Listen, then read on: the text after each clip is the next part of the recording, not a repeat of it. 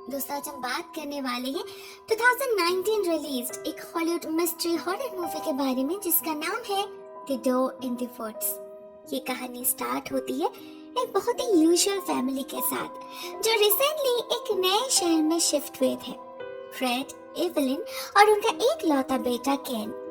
Fred carpenter का काम करता है, एवलिन घर संभालती है और साथ में अपना एक ऑनलाइन बिजनेस स्टार्ट करने की कोशिश भी कर रही है। वैसे तो उनकी लाइफ में कहीं कोई प्रॉब्लम नहीं, पैसे कम है मगर वो लोग उसी में मैनेज कर लेते हैं। टेंशन है तो बस केन को लेकर। वो स्पेशल चाइल्ड है ना, ADHD का पेशेंट। उसके कुछ साइकोलॉजिकल इश्यूज है जो उसे बाकी बच्चों से अलग करते हैं। कभी कभी उसके लिए परफेक्ट स्कूल ढूंढ पाना बहुत मुश्किल हो जाता है उसके पेरेंट्स के लिए। मिलता भी है तो उसकी फीस उनके औकात से बाहर होता है। इस शहर में शिफ्ट करने से पहले उन्हें लगा था यहाँ रेड को ज्यादा अपॉर्चुनिटीज मिलेगी, मगर ऐसा कुछ नहीं होता। लेकिन हाँ, उन्हें यहाँ पर एक अच्छा स्कूल जरूर मिल जाता है केन के लिए। स्कूल में बहुत सारे रेनोवेशन का काम बाकी था, तो रेड स्कूल अथॉरिटी से ये डील कर लेता है कि वो केन के स्कूल फीस के बदले काम पूरा कर देगा। वो लोग भी राजी हो जाते हैं, मगर प्रॉब्लम तब शुरू होती है जब केन स्कूल में एडजस्ट नहीं कर पाता। उसके क्लासमेट्स उसे बुली करने लगते हैं, टीचर्स भी उसे सपोर्ट नहीं करते। बेचारा केन बिल्कुल कॉर्नर्ड हो चुका था। वो अपने माँ से कहकर भी कुछ फायदा नहीं होता क्योंकि कुछ भी हो जाए एवलिन उसे ये स्कूल छोड़ने नहीं देगी। बहुत मुश्किल से उन्हें ऐसा मौका मिला है। देखते देखते कुछ दिन बीत जाते हैं और एवलिन अपने एक दोस्त यूराया जो कि एक साइकिक है उसे घर बुलाती है घर को ब्लेस करने के लिए। साथ में वो एक टैरो कार्ड रीडर भी है। इससे पहले जब वो लोग एक क्रिटिकल सिचुएशन से गुजर रहे थे, यूराया ने उनकी काफी मदद करी थी। भले ही रेड ये सब नहीं मानता, ना इस बंदे को पसंद करता है, मगर एवलिन को बहुत भरोसा है यूराया के रीडिंग पर। इस बार यूराया रीडिंग के दौरान कुछ अजीबोगरीब बातें कहता है उससे। उसे कुछ नेगेटिव साइंस दिख रहे थे जिसे वो एनालाइज नहीं कर पा रहा था, मगर हाँ, इविल साइंस थे वो एवलिन को वार्न करता है उसके जीवन में कुछ बहुत बड़ा बदलाव आने वाला है जो शायद अच्छा नहीं होगा। ठीक तभी घर की डोरबेल बजती है। पता चलता है रेड आया है और साथ में केन भी। उसे स्कूल से 2 हफ्ते के लिए सस्पेंड किया गया है। असल में स्कूल के कुछ बच्चे उसे चिढ़ा रहे थे, तो केन ने भी एक बार हमला कर दिया और प्रिंसिपल ने देख लिया। भले उससे ट्रिगर किया गया था, मगर मारपीट की शुरुआत उसी ने की थी, तो सारा दोष उसी पर पड़ा। एवलिन और रेड समझ नहीं पा रहे थे उन्हें क्या करना चाहिए। केन काफी इमोशनल है, तो वो लोग उसे नॉर्मली डांट भी नहीं सकते। अगर उसे एक बार दोहरे पड़ने लगे तो पता नहीं क्या होगा। एवलिन उसे कोई मेडिसिन नहीं देती क्योंकि उसे खुद उन चीजों पर यकीन नहीं है। ऐसे में उसका एक ही ट्रीटमेंट है, लव एंड केयर। साथ में उसे समाज के कायदे कानून भी तो सीखना होगा। फाइनली उसके पेरेंट्स डिसाइड करते हैं वो लोग उसे लेकर हाइकिंग पर जाएंगे। वहाँ बातों बातों में समझाएंगे सब कुछ, जिससे उसे ना लगे कि उसे पनिश किया जा रहा है और उस पर कोई एडवर्स इफेक्ट ना पड़े।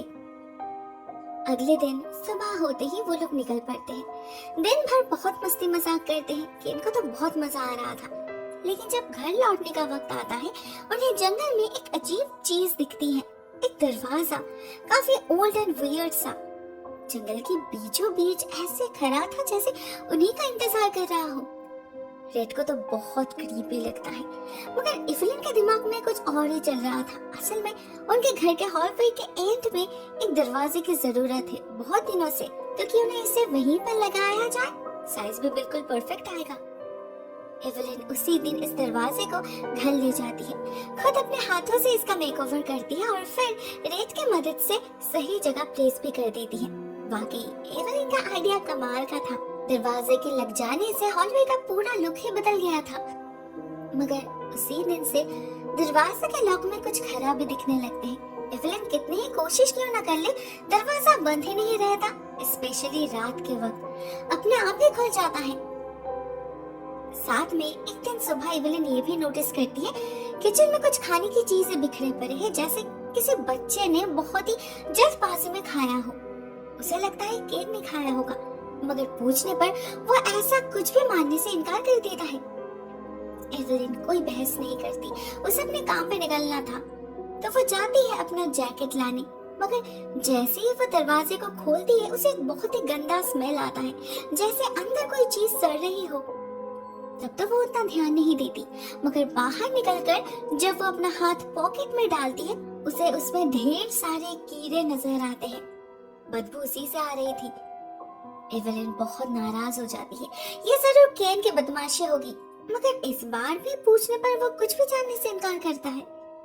उसके डिनायल टेंडेंसी को देखकर एवेलिन को तो टेंशन होने लगा था, कहीं उसकी बीमारी ट्रिगर तो नहीं कर रही। वो रेड से कहती है केन से इस बारे में बात करने के लिए।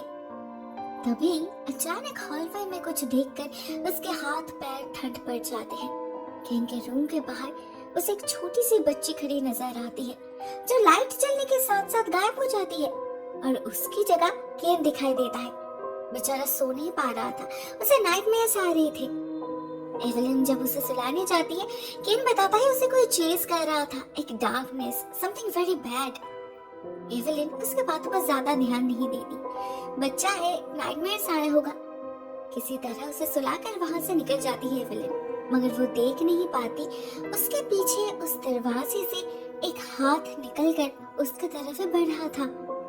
मतलब शायद उसने कुछ देर पहले जिस लड़की को देखा वो उसका हेलुसिनेशन नहीं, सच था।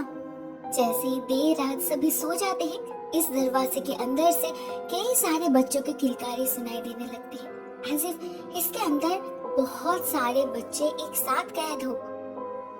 अगली सुबह एक और हादसा होता है। यूराया आता है बिन बताए। वो बहुत ही ज्यादा टेंस्ड दिखाई दे रहा था। वो एवेलिन से कहता है उसे बहुत ही नेगेटिव वाइब आ रहा है, इस घर में कुछ बदला है। ये घर अभी पहले की तरह क्लीन नहीं है, पोल्यूटेड हो चुका है इविल एनर्जी से। वो इमीडिएटली घर की क्लेंजिंग स्टार्ट करता है और उसकी नजर पड़ती है उसी दरवाजे की तरफ। उसे देखते ही वो समझ जाता है सारे नेगेटिव एनर्जी की जड़ यही है, कुछ बहुत बुरा जुड़ा है इसके साथ।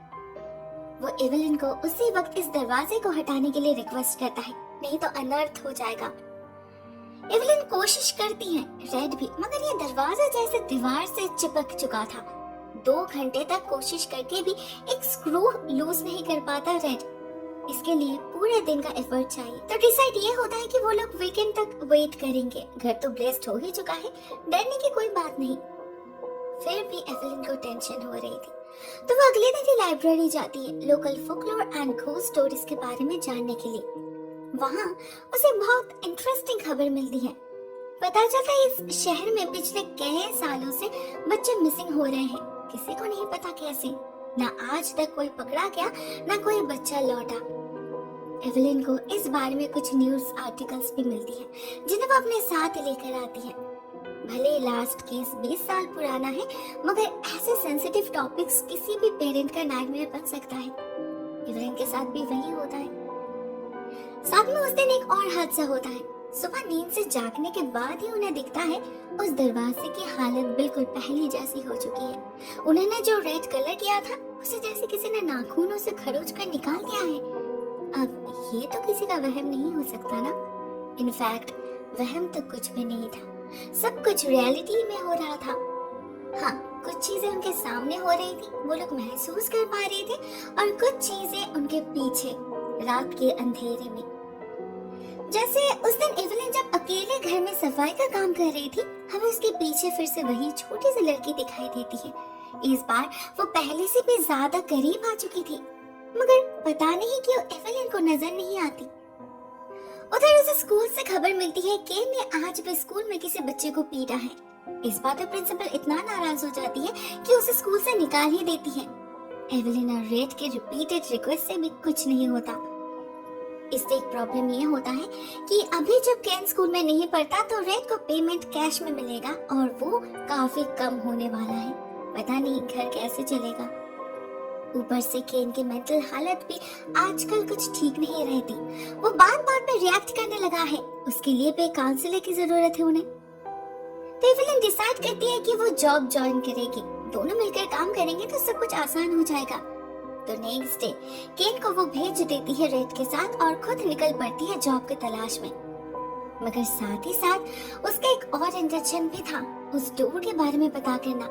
पता नहीं क्यों उसे बार बार लग रहा था रिसेंटली उनके साथ जो कुछ भी हो रहा है उसके साथ उस डोर का कोई ना कोई कनेक्शन जरूर है। उसके घर में आने के बाद से उनके लाइफ में इतनी सारी मुसीबत स्टार्ट हो चुकी है। तो वो न्यूज आर्टिकल में दिए गए एड्रेस को फॉलो करके पहुंच जाती है लास्ट विक्टिम के घर। वहां उसकी मुलाकात होती है मिसेस ब्रैडफोर्ड से। 20 साल पहले उनकी बेटी मैगी गायब हुई थी लास्ट। मिसेस ब्रैडफोर्ड बताती है एवेलिन को जहाँ से वो दरवाजा मिला है, पहले वहाँ एक बहुत बड़ा घर हुआ करता था, एक खाली घर जिसमें कोई नहीं रहता था। मगर जब भी कोई बच्चा गायब होता था उसे लास्ट टाइम उसी घर के आसपास देखने मिलता था। मिसेस ब्रैडफोर्ड को पहले से ही शक था, इसलिए उन्होंने अपने बेटी को हमेशा उससे दूर रखा। लेकिन एक दिन मैगी आउट ऑफ क्यूरियोसिटी घर के सामने चली गई और एक हाथ ने उसे अंदर खींच लिया। फिर कभी बाहर निकल नहीं पाई वो, ना उसके और कोई ट्रेस मिले। इस हादसे के बाद मिसेस ब्रैडफोर्ड ने उसी दिन बहुत सारा तेल डालकर उस घर को जला दिया। पूरा घर जलकर राख हो गया उनके आंखों के सामने, सिवाय एक दरवाजे के। उन्होंने उस दरवाजे को अलग से जलाने की कोशिश भी की, मगर वो कभी नहीं जला। बाद में उन्होंने उस डोर को जमीन के नीचे गाड़ने की कोशिश करी, पूरे 8 फीट नीचे। लेकिन अगले दिन वो अपने आप ही बाहर निकल आया, खड़ा हो गया जंगल के बीचों बीच, बिना किसी सपोर्ट के, बिल्कुल किसी पेड़ की तरह, जैसे वो वहीं पर रुका है। मिसेस ब्रैडफोर्ड समझ चुकी थी इसे डिस्ट्रॉय कर पाना मुश्किल ही नहीं, नामुमकिन है। ये डोर इविल है, सारे बच्चों को जरूर इसी ने निकाला है। तो फाइनली उन्होंने उस डोर को चेन से बांध दिया, जिससे कोई चाहे भी तो इसे खोल ना पाए। 20 सालों तक किसी की नजर नहीं पड़ी इस पर, बच्चे भी सेफ रहे। मगर उस दिन एवेलिन ने उसे देख लिया एंड सरप्राइजिंगली उसे उसकी चाबी भी वहीं पर मिल गई। वो जब उसे अपने घर ले गई तो शैतान को भी बुलावा मिल गया। इतने दिनों बाद फिर से आजाद हो गया वो। अब पता नहीं और कितने बच्चों की जान जाएगी। मिसेस ब्रैडफोर्ड की बात खत्म होते ही एवेलिन को एक टेक्स्ट मिलती है रेड से। उसे किसी दूसरे काम पे निकलना पड़ा है जहाँ वो केन को नहीं ले जा सकता, इसीलिए उसने उसे घर ड्रॉप कर दिया है। मतलब केन अकेला है। एवेलिन का मन बेचैन होने लगा था, कहीं केन का कुछ हो ना जाए। स्पेशली उस दरवाजे की असलियत को जानकर तो उसके पसीने छूटने लगे थे। वो एक और पल भी जाया नहीं करती, भागती है घर की तरफ। मगर तब तक जो होना था वो हो चुका था। केन जा चुका था उस दरवाजे के उस पार। एवेलिन और रेड के 1000 बुलाने पर भी वो बाहर नहीं आता। सुनाई देती है तो सिर्फ उसकी चीखें।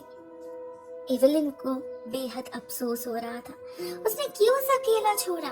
पुलिस में कंप्लेन करके भी कोई फायदा नहीं होता, क्योंकि केन जहाँ गया था वहाँ पुलिस उसे ढूंढ नहीं पाती। एट लास्ट एवेलिन अपने उसी दोस्त को कॉल करती है जिसने उसे वार्न किया था। उराया घर में घुसते ही समझ जाता है खतरे का काला बादल इस घर को जकड़ रखा है। उसे जो भी करना है जल्दी करना होगा। ये इविल बहुत ही पावरफुल है। समय के साथ साथ वो अपनी ताकत इंक्रीज कर रहा है। वो उन्हें उस डोर को जंगल के ठीक उसी जगह ले जाने को बोलता है जहाँ से उसे उठाया गया था। रेड वहीं करता है, दरवाजा तोड़ कर ले जाता है वहाँ, और शुरू होता है एक अजीब खेल, शैतान और इंसान के बीच चूहे बिल्ली का खेल। उराया उन्हें वार्न करता है ये सफर आसान नहीं होगा। रास्ते में उन्हें बहुत सारे स्पिरिट्स मिलेंगे जो उन्हें गुमराह करने की कोशिश करेंगे। खुद शैतान उन्हें डराने की कोशिश करेगा, मगर उन्हें हिम्मत नहीं हारनी। उराया के सिवा और किसी की बातों पर यकीन नहीं करना उन्हें। उराया उनके चारों तरफ नमक से एक गोला बना देता है और बीच बीच में रख देता है बेल्स। इसके बाद लाइट को डिम करके खुद सर्कल के अंदर जाकर सियांस स्टार्ट करता है। कुछ ही देर में उन्हें अपने आसपास एक हलचल महसूस होने लगती है। तेज से हवा बहने लगती है। ऐसा लगता है जैसे बहुत सारे अदृश्य बच्चे एक साथ खेल रहे हो। अचानक सारे लैंप की रोशनी नीले रंग की हो जाती है और उसके बाद हरी। ये क्लियर साइन था वो लोग आत्माओं के कांटेक्ट में आ चुके हैं। अभी बस उन्हें एक ऐसे स्पिरिट को ढूंढना होगा जो उनकी मदद करे ये जानने में कि केन कहाँ है। पहले कुछ अटेम्प्ट्स फेल कर जाता है। डार्क स्पिरिट्स या तो उन्हें कुछ भी बताने से इनकार कर रहा था या फिर उन्हें और ज्यादा कंफ्यूज कर रहा था, मगर उराया हार नहीं मानता। स्पिरिट्स उनका एक विजर बोर्ड तोड़ देता है तो एवेलिन अपने लिपस्टिक से दूसरा बना देती है, और इस बार बहुत मुश्किल से उन्हें गेट कीपर का नाम मिल जाता है। गेट कीपर एक ऐसा स्पिरिट है जो उन्हें अपने आप ये बहुत जरूरी था क्योंकि किसी भी स्पिरिट को कंपेल करने के लिए उसे उसके नाम से बुलाना जरूरी है। लेकिन सिर्फ नाम जानने से काम पूरा नहीं होता। गेटकीपर बिल्कुल भी तैयार नहीं था उन्हें रास्ता दिखाने के लिए। इब्राहिम बहुत कोशिश करता है एंड फाइनली वो इस बात पे राजी होता है कि उन्हें बार्गेन करना होगा कि इनके बदले उन्हें अच्छी खासी प्राइस चुकानी होगी जो शायद उनके औकात से बाहर होगा। क्या वो तैयार है? रेड और एवेलिन बिना कुछ सोचे समझे ही मान जाते हैं, हाँ कर देते हैं क्योंकि उनके लिए केन से बढ़कर और कुछ भी नहीं। इवन वो लोग तो अपनी जान देने के लिए भी तैयार थे। मगर शैतान के डिमांड्स को सेटिस्फाई करना आसान नहीं था। वो उनकी मजबूरी का फायदा उठाकर उनसे एक डील साइन कर लेता है जिससे वो हमेशा हमेशा के लिए उसके स्लेव्स बन जाते हैं। वो करने पर मजबूर रहते हैं जो शैतान चाहता है, मगर उन्हें एग्जैक्टली क्या करना है वो हमें यहाँ पर पता नहीं चलता। बस इब्राहिम इतना उनसे रिक्वेस्ट करता है कि काम पूरा हो जाने के बाद यहाँ से कहीं दूर चले जाने के लिए, नहीं तो वो लोग अपने ही गिल्टी फीलिंग्स के नीचे दबकर खत्म हो जाएंगे। एक खुशी के बदले हजारों गम सहने पड़ेंगे उन्हें। एवेलिन और रेड वही करते हैं। केन के वापस आते ही वो घर छोड़ देते हैं। अभी वो लोग कुछ दिन एवेलिन के माँ के साथ रहेंगे, उसके बाद दूसरे शहर में शिफ्ट कर जाएंगे। लेकिन इस सब से पहले उन्हें शैतान से किया हुआ वादा पूरा करना था। हम देखते हैं रेड उसी दरवाजे को फिर से उठा लाता है, उसे अच्छे से पेंट करके तैयार करता है किसी दूसरे घर में लगाने के लिए। मगर क्यों वो जानबूझकर दूसरे को खतरे में डाल रहा था? यहाँ पर हमें पता चलता है यही डील था। शैतान को केन के बदले दूसरे बच्चों की सोल चाहिए थी, बहुत सारे इनोसेंट सोल्स। अब इतने सारे बच्चे स्कूल के सिवा और कहाँ मिल सकता है? रेड उस दरवाजे को स्कूल में लगा देता है और फिर इस शहर को छोड़कर निकल जाता है हमेशा हमेशा के लिए। उसे पता था वो गलत कर रहा है, खुद एक बाप होकर अपने बच्चे के बदले किसी दूसरे बच्चे को खतरे में डाल रहा है। वो ये गुनाह है, बहुत बड़ा पाप है। भगवान उसे कभी माफ नहीं करेंगे, मौत के बाद भी उसे नरक के आग में जलना पड़ेगा। मगर इतना सब पता होने के बावजूद वो ऐसा ही करता है क्योंकि उसे अपना बेटा इस दुनिया में सबसे ज्यादा प्यारा है। एक उसी के मामले में वो सेल्फिश हो जाता है। शैतान ने तो उसकी इसी वीकनेस का फायदा उठाया था।